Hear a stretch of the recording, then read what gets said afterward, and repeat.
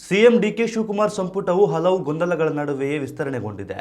ಸಚಿವ ಸ್ಥಾನದ ಆಕಾಂಕ್ಷಿ ಹೊಂದಿರುವ ಶಾಸಕರ ಬಂಡಾಯ ಒಂದೆಡೆಯಾದರೆ, ಇತ್ತ ನೂತನ ಸಚಿವರಿಗೆ ಯಾವ ಖಾತೆ ಹಂಚಿಕೆ ಮಾಡಬೇಕು ಎಂಬ ಹೊಸ ತಲೆನೋವು ಕೂಡ ಶುರುವಾಗಿದೆ.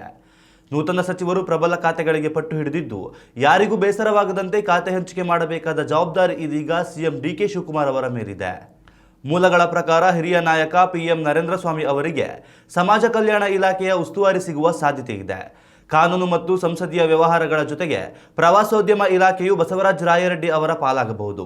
ಎಸ್ ಮಲ್ಲಿಕಾರ್ಜುನ ಅವರಿಗೆ ತೋಟಗಾರಿಕೆ ಹಾಗೂ ಗಣಿ ಇಲಾಖೆ, ಎನ್ ಚೆಲುವರಾಯಸ್ವಾಮಿ ಅವರಿಗೆ ಕೃಷಿ ಮತ್ತು ಕೆಎಂ ಶಿವಲಿಂಗೇಗೌಡ ಅವರಿಗೆ ವಸತಿ ಇಲಾಖೆಯ ಹೊಣೆಗಾರಿಕೆ ದೊರೆಯುವ ನಿರೀಕ್ಷೆ ಇದೆ. ಮಾಜಿ ಉಪಮುಖ್ಯಮಂತ್ರಿ ಲಕ್ಷ್ಮಣ ಸವದಿ ಅವರಿಗೆ ಸಹಕಾರ ಮತ್ತು ಸಕ್ಕರೆ ಇಲಾಖೆಯನ್ನು ನೀಡಬಹುದು ಎಂದು ಅಂದಾಜಿಸಲಾಗಿದೆ. ಶಿಕ್ಷಣ ಕ್ಷೇತ್ರದಲ್ಲಿ ಮಧು ಬಂಗಾರಪ್ಪ ಅವರು ಪ್ರಾಥಮಿಕ ಹಾಗೂ ಪ್ರೌಢ ಶಿಕ್ಷಣ ಮತ್ತು ರಿಜ್ವಾನ್ ಅರ್ಷದ್ ಅವರು ಉನ್ನತ ಶಿಕ್ಷಣ ಇಲಾಖೆಯನ್ನು ಮುನ್ನಡೆಸುವ ಸಾಧ್ಯತೆ ಇದೆ. ಜಮೀರ್ ಅಹಮದ್ ಖಾನ್ ಅವರಿಗೆ ವಕ್ಫ್, ಹಜ್ ಮತ್ತು ಅಲ್ಪಸಂಖ್ಯಾತರ ಕಲ್ಯಾಣ ಇಲಾಖೆಯ ಜವಾಬ್ದಾರಿ ಮುಂದುವರಿಯಬಹುದು.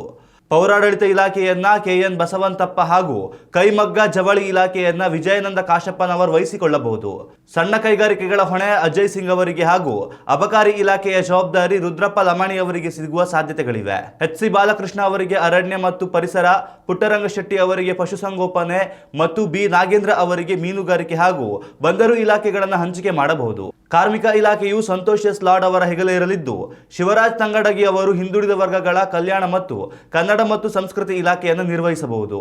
ಟಿ. ರಘುಮೂರ್ತಿ ಅವರಿಗೆ ಪರಿಶಿಷ್ಟ ವರ್ಗಗಳ ಕಲ್ಯಾಣ ಇಲಾಖೆ ಸಿಗುವ ಸಂಭವವಿದೆ. ಪ್ರಸ್ತುತ ಸಂಪುಟದ ಒಟ್ಟು ಬಲ 33ಕ್ಕೆ ಏರಿಕೆಯಾಗಿದ್ದು, ಇಲಾಖೆಗಳ ಅಧಿಕೃತ ಹಂಚಿಕೆಯ ಅಧಿಕೃತ ಆದೇಶಕ್ಕಾಗಿ ಎಲ್ಲರೂ ಕಾಯುತ್ತಿದ್ದಾರೆ.